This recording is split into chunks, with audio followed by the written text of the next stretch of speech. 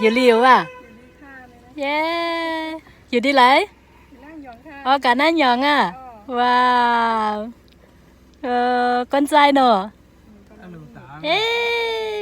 เนี่ยเอามีดอมัน เนี่ย ทางนี้จะได้ เห็นไปส่งค่ะสวัสดีค่ะในวิดีโอในเดวันพี่น้องเขาป่าน้ำปองกันหนึ่งค่ะหลังจากมานานๆนะคะเกือบ3 อาทิตย์แล้วเรายังไม่ได้ไปไหนเลยเพราะฉะนั้นเราจะลงน้ำปองครั้งหนึ่งอะไรแบบนี้โอ้นกสวยมากเนาะสีฟ้าแล้ววันนี้ก็เลยถึงสักทีที่จะไปน้ำปองนะคะหลังจาก3 อาทิตย์ที่เรามาอยู่บ้านไม่ไปไหนเลยวันนี้ก็จะเป็นครั้งแรกที่เราออกจากหมู่บ้านกันค่ะทุกท่านไปทำอะไรแล้วก็ไปกันกี่คนแน่นอนพี่แสงโมน้องสาวลูกไปพังสิวะเฮ้เพียงก็ตักเสงนี่คือหลานสาวนะคะจะเป็นชื่อว่าพองเสียงก็พองหังอ่ะหมวยพองแบบโอเคในวิดีโอในเดือนพี่น้องเขาเก่าๆเลยน้ำปองในค่ะว่าในว่าเห็นมาอยู่เฮิรนไหล2-3 ปัดไปเลยกว่าดั้งไหลกันในเกาะถึงขี่เดี๋ยวเลยลงน้ำปองเยอะค่ะลงน้ำปองเหก็กำในเตะกว่าซื้อตั้งหลูนะคะว่าในตีเพื่อนเตะแฮนหลูแล้วก็เตะกับซ้อมในค่ะทำไมเราถึงไปน้ำปองนะคะเพราะว่าเราจะไปซื้อของเล็กๆน้อยๆที่จะมาเราจะทำบุญที่บ้านนะคะแล้วก็จะทำอะไรอย่าลืมติดตามเป็นกำลังใจให้ด้วยนะคะแต่คลิปนี้คือจะไปน้ำปองก่อนมาดูกันว่าสถานการณ์ที่น้ำปองนั้นเป็นอย่างไรตอนนี้หลังจากเกิดสงครามแล้วก็พื้นที่ไม่เหมือนเดิมอะไรประมาณนี้ต้องรอดูกันต่อไปค่ะอาจจะไม่ค่อยได้ถ่ายนะคะเพราะว่าบางที่คือมีทหารเยอะเพราะฉะนั้นอาจจะไม่สะดวกถ่ายเหมือนเมื่อก่อนค่ะทุกท่านแลบเต็มก็เลยถ่ายนำค่ะเรายันเปว่าเหมือนเมื่อกูปอก็เป็นนาตีหังในไผก็หูค่ะนะโอเคกัดซ้ำกันค่ะแน่นอนเส้นทางนานางนะคะทุกท่านน่าจะคุ้นเคยกันแม้กระทั่งในคลิปที่อันแน่ยังเหมือนเดิมนะคะแล้วก็ในนี้คลิปโหมดแตกต่างกันนิดหน่อยแต่เส้นทางคือหนักกว่าตอนที่พี่อันแน่มาอีกนะคะสุดวันเวลาผ่านไปก็ยังหนักกว่าเดิม ไม่มีอะไรดีขึ้นเลยทางนี้บอกตรงๆที่นี่ดำนากันเสร็จเรียบร้อยแล้วนะคะทุกท่านเราเสร็จสุดท้ายเลยเราเพิ่งเสร็จวันนี้แล้วก็ลงน้ำปองวันนี้เลยภูเขาสวยมากโอเคเราจะต้องผ่านแม่น้ำท่าหนึ่งคือแม่น้ำท่านี้คือถ้าหากว่าฝนตกหนักนะคะเราจะผ่านไปไม่ได้เลยแต่ว่าวันนี้ฝนไม่ตกหนักค่ะทุกท่านหลังจากมาอยู่บ้านคือฝนตกหนักเกือบทุกวันเลยมาอยู่ที่นานางค่ะเนาะฝนตกกูวันมันจะมีแม่น้ำอันหนึ่งเพราะว่าฝนตกแห้งกว่าน้ำน้องในเขาคาเพียดอะไรค่ะแม่น้ำตั้งนานเนี่ยแม่น้ำกาพี่น้องนานางเดี๋ยวใส่ถึงทนพี่น้องที่อยู่ทางนานางนะคะคงจะคิดถึงหน้าดูเลยได้เลือกนวันเข้ามาหน่อย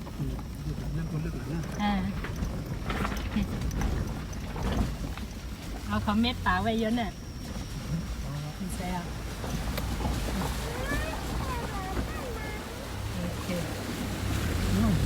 โอเควันที่เรามาเพราะว่าฝนตกไงก็เลยลึกมากแถวนี้นี่มีควายข้างหน้ามีควายยืมปัสโลซ้ายปัสโล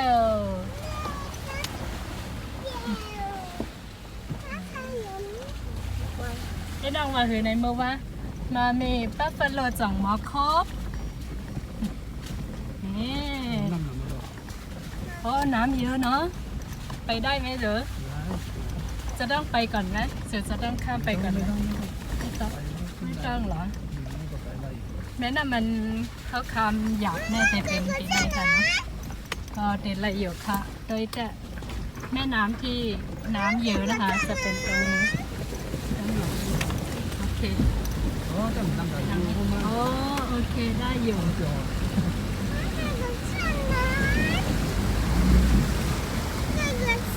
น้อย หลังจากข้ามแม่น้ำมาแล้วเราก็จะเห็น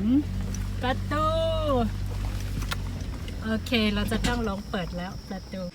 แน่นอนเราจะต้องลองเปิดประตูกั้นไว้ถ้าหากว่าไม่กั้นใช่ไหมคะเขาก็จะมีวัวมีควายมาอะไรประมาณนี้เพราะว่าปีกประตูนะโกวัวโกควายมากินหน้าค่ะนะเรียนเลยเป็นนั่นแหละ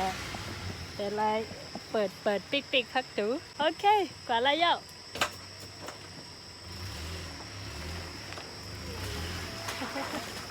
อันไหนโอ้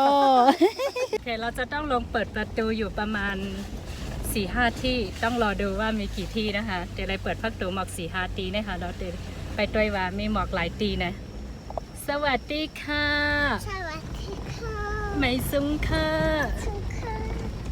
เด็กกันอะไรค่ะ น้ำพังค่ะ เด็กกันน้ำปังค่ะ ค่ะ อ้า อ่ะนี่น่ะสวนน้ำกุกังอ่ะ มีวันเขาไปทำวันไหนโอ้ทางนี้ซับซ้อนมาก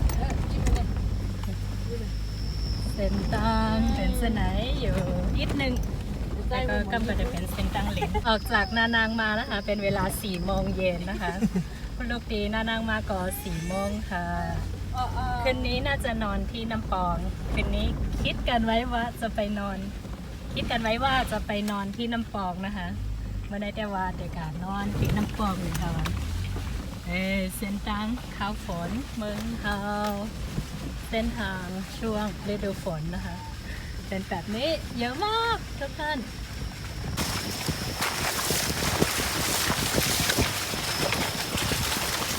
เขียนไปเลยเส้นทางโอเคบางที่ก็จะดีหน่อยนี่คือดีสุดละเป็นแบบนี้ แล้วก็กลับมาเหมือนเดิมอะไร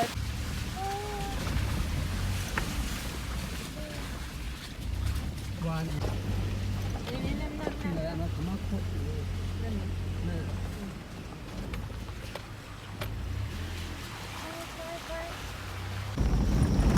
ก็เดี๋ยวถึงกดยมก็จะมีพักเจอเกิดแทงเส้นป่างแน่นอนมีประตูต้องเปิดอีกแล้วนะคะทุกท่านโอเคเดี๋ยวลงไปเปิดก่อนวิวทุ่งนาที่ชอบที่สุดก็คือเป็นตรงนี้ทุกท่านสวยมากสวยจริงๆทางลีนา เส้นตั้ง เป็น นี่ เหล่ให้ปอกในวันกดยมน่ะ 30 บาทก็สูง เดี๋ยวตรงนี้จะสวยที่สุดแต่ ตั้ง ว่า ได้ ต ใน อน หมู่สิงมาเลยเนาะ ฮะ ตั้งเนี่ยเขาสวยเหมือนไร แต่ว่าเขาก็เลือกกันเนาะเป็นคาเลยไซส์เดี๋ยวเปิดก่อนจะเป็นวิวที่ไหนทางลีนา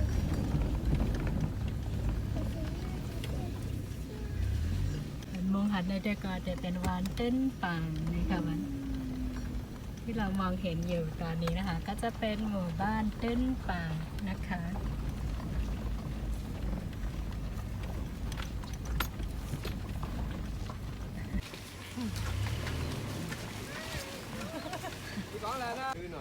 ใช่ครับ ก่อนอะไรมากค่ะล่ะ ฝั่งโลกอ่ะ โอ้อิดเข้ามา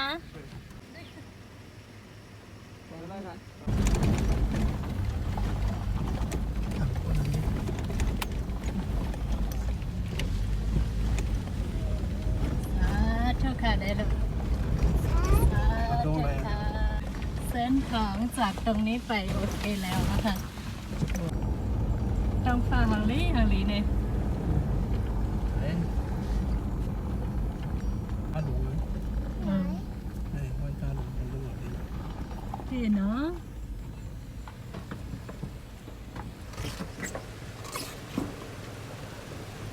ท่านเมื่อไกลอยู่เขาได้มาถุยไว้ที่ยังนั่นอ๋อใส่ยาว่ะ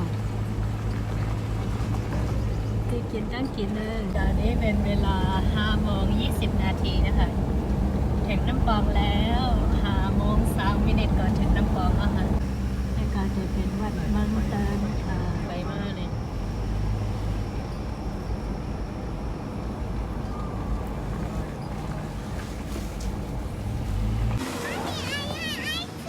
Okay, you go inside.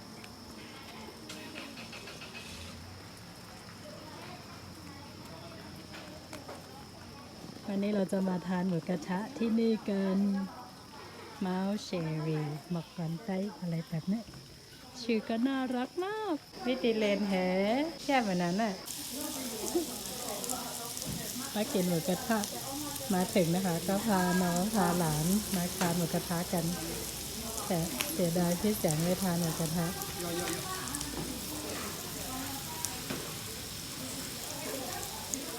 กินยาวกันน่ะอิ่มแล้วทุกคนอิ่มมากนี่คือครั้งแรกของหลานสาวที่มาทานหมูกระทะโอเคสงสารพี่แสงไม่ได้ทานเพราะพี่แสงไม่ทานเนื้อหมูไก่แล้วก็วัวก็เลยไม่ได้ทานกับเรานะคะ แต่ว่าพี่แสงดูแลวันใหม่ค่ะขอบคุณพี่แสง พี่คำแสงเดินกินยันประวันกินเนยค่ะนะมีอะไรเป็นไหนก็กินอิ่มมากก็เลยได้มากเกินแล้วหวานนะพังของหวานกันอิ่มว่า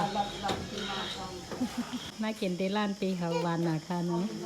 ปีค่ะร้านวิธีไหนค่ะ ที่เมืองเติ้นค่ะ วิธีเมืองเต้นไหนค่ะน้องเส้นตั้งเมืองเต้นไหนค่ะค่ะ ตั้งฝั่งเมืองไทยนี่ค่ะ ตั้งแต่เมืองปลายเลยค่ะน้อง ขอค่ะ หวานเต้ๆค่ะมันได้ ขอค่ะส้มค่ะ ขอค่ะ ค่ะ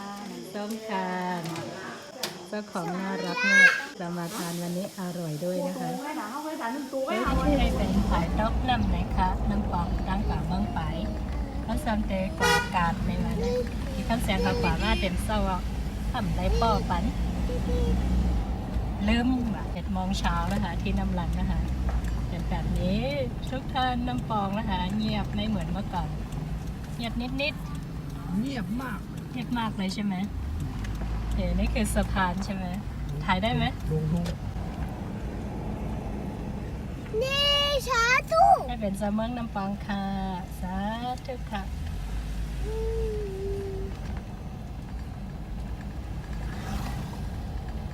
โอเคพี่แสงบอกว่าเงียบมากเงียบไม่เหมือนทุกปีเลย มีเตือนการขึ้นเท่าอ่ะ พี่แสงว่าเย็นสิเนี่ยเหมือนเมื่อกูบอกนะคะเนี่ยพัดถ่ายพองให้ไหนเนาะ แค่เช็ดนะแค่เช็ด โอเคเจะกากาศค่ะที่ในซ้ำเป็นจ้องกลางเวงน้ำปอนค่ะที่ในเมืองคักซักนั่นเป็นย่าหมากแค่ไหนอ่ะเยอะที่นี่นะคะ ตอนบ้านเมืองไม่สงบนะคะ วัดนี้ก็จะโดนไปด้วยนะคะ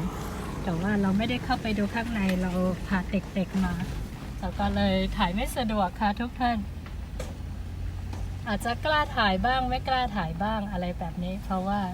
ไม่เหมือนเมื่อก่อนนะคะ ก็แล้วแต่ฮัดถ่ายพ่องยันไปว่ามันเหมือนกูปองนี่ค่ะกับน้ำปองเพราะเป็นกลางในได้แล้วแต่ขึ้นเห็นในค่ะนะถ้าเป็นตอนเช้านะคะคนน่าจะเยอะกว่านี้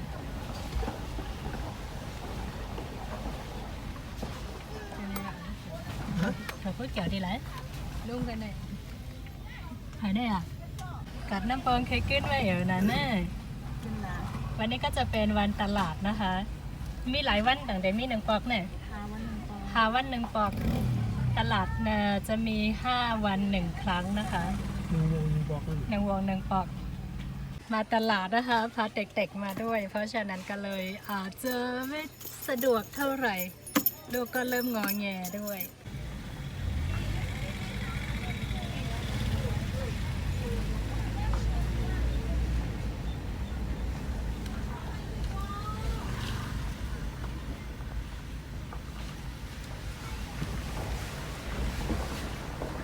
เนี่ยเขาไปเกี่ยวไว้ในกลางตา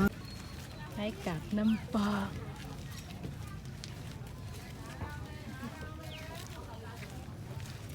หาได้แสงแคบเต็มในตลาดน้ำปองนะคะ ปกติแล้วจะคึกคักมาก แต่ว่าหลังเกิดสงครามคือไม่คึกคักเหมือนเมื่อก่อนแล้ว แต่คนก็เยอะอยู่เพราะว่าจะมี 5 วัน 1 ครั้งค่ะ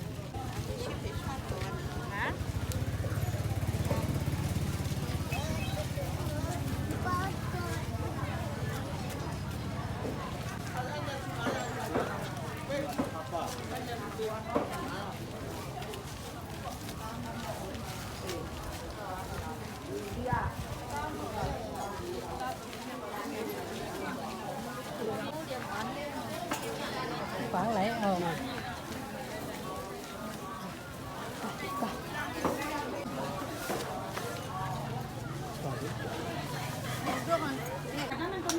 sẽ khảo sen hả lại ạ khảo sen ta ให้ห้าปากแม่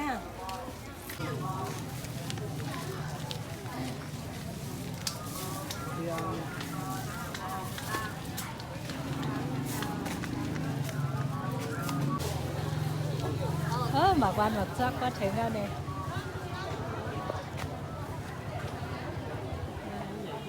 thấy có mì dơi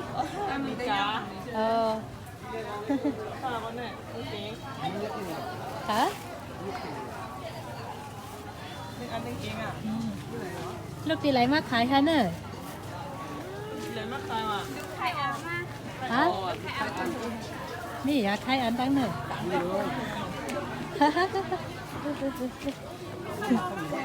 ăn lý kia nữa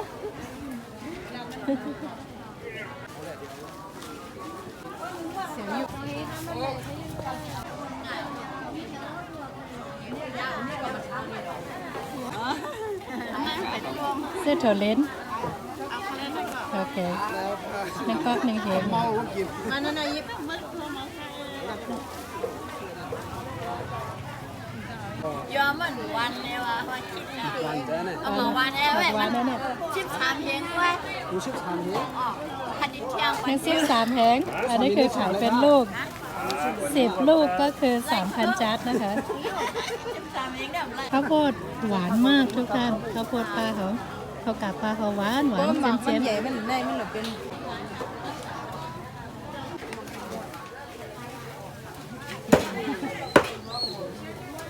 สาวขายปลาน่ารักมาก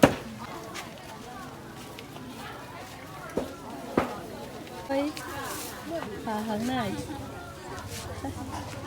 เจ้าอ่ะ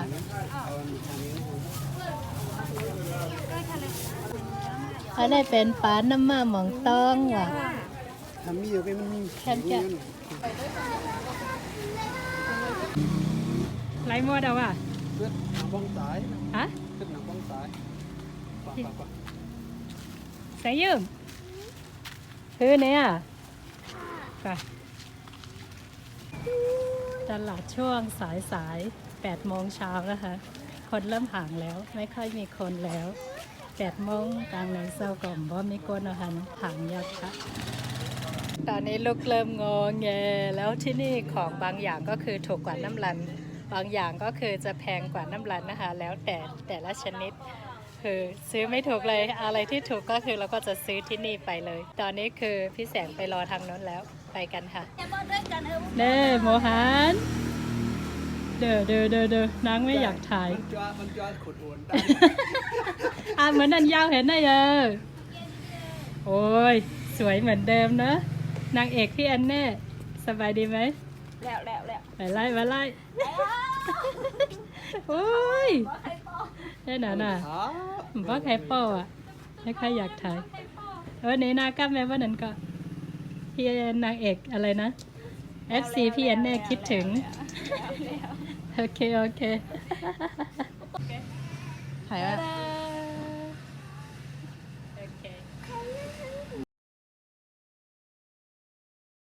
ในน้ำปองนะคะเงียบเหงากว่าทุกปีเลยปกติแล้วน้ำปองนี้คนจะเยอะมากๆเกือบจะเหมือนน้ำรันเลยค่ะ แต่ว่ามาคราวนี้คือเงียบมาก ย้อนมืดค่ะ อ๋อค่ะได้เจอหนูงั้น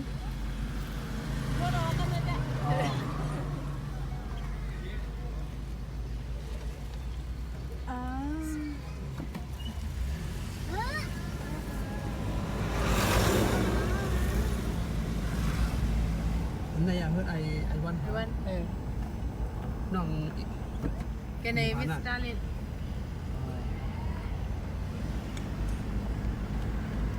ตั้งนานอ่ะ